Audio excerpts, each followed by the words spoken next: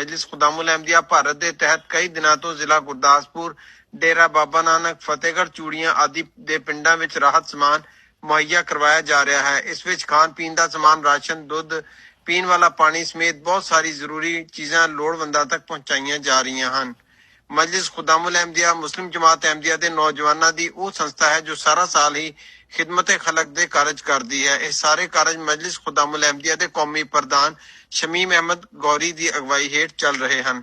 ਇਸ ਮੌਕੇ ਉਹਨਾਂ ਦੇ ਨਾਲ ਹਾਫਿਜ਼ ਨਈਮ ਪਾਸ਼ਾ, ਪ੍ਰਧਾਨ ਅਹਿਮਦੀਆ ਯੂਥ ਵਿੰਗ ਕਾਦੀਆਂ, ਅਤਾਉਲ ਬਾਰੀ, ਸੱਦਾਮ ਅਹਿਮਦ, ਅਬਦੁਲ ਹਈ ਅਤੇ ਆਮਿਰ ਅਹਿਮਦ ਵਿਸ਼ੇਸ਼ ਸੇਵਾਵਾਂ ਨਿਭਾ ਰਹੇ ਹਨ।